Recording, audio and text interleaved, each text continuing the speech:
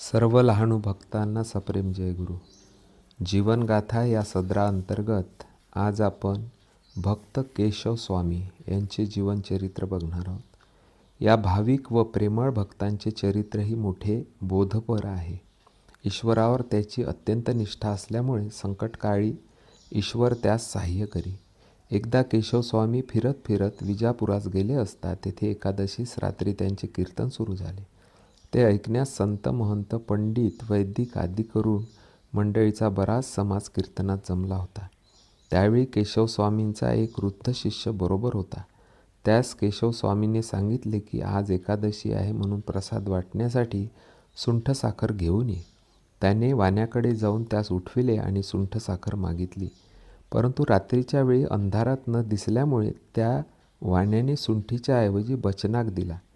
तो सुंठ समजून कुठला गेला.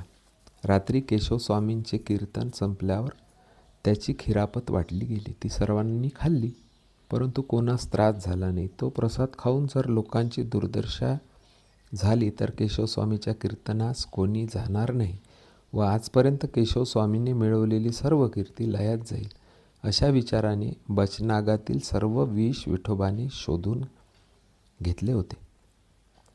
ज्या वाण्याने सुंठ दिली तो दुसऱ्या दिवशी सकाळी उठून पाहतो तो सुंठीच्या पोत्याच्या ठिकाणी बचनागाचे पोते. ते पाहून तो मनात चरकला. सुंठ समजून बचनाक दिल्याने सर्वस्वी घात झाला असे त्यास वाटले व तो भीत भीत शहरात कोणी मेले की काय याचा तपास करू लागला. परंतु त्या प्रसादामुळे कोणासही इजा झाल्याचे आढळले नाही. मग तो केशवस्वामीकडे गेला. त्या दिवशी केशवस्वामी स्नान करून देवपूजेस बसले असता त्यांना पांडुरंगाची मूर्ती नीलवर्ण दिसू लागली. ते पाहून त्यास विस्मय वाटला.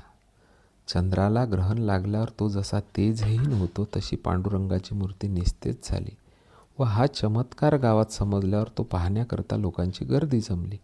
इतक्यात घाबरत घाबरत तो वाणी तेथे आला. त्याने स्वामी सर्व वर्तमान कळून पांडुरंगाने अरिष्ट टाळले म्हणून सांगितले व केशव स्वामीची स्तुती केली. माझ्या निष्काळजीपणाबद्दल मला जी शिक्षा होईल ती मी भोगीन, असे तो वाणी बोलला. तेव्हा केशवस्वामीचा कंठ सद्गदित झाला. तो पांडुरंगाची प्रार्थना करू लागला की देवा, मजवर दया करून मोठे संकट टाळलेस व दासाचे रक्षण केलेस.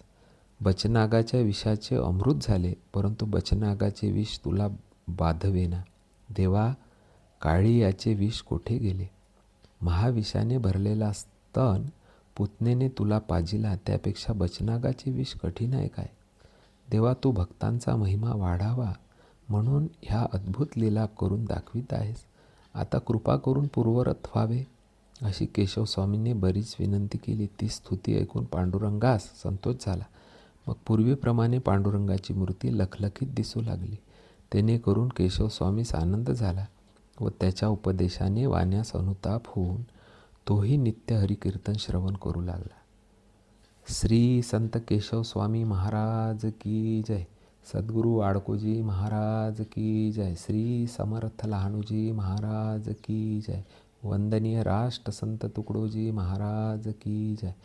श्री संत सत्यदेव बाबा महाराज की जय.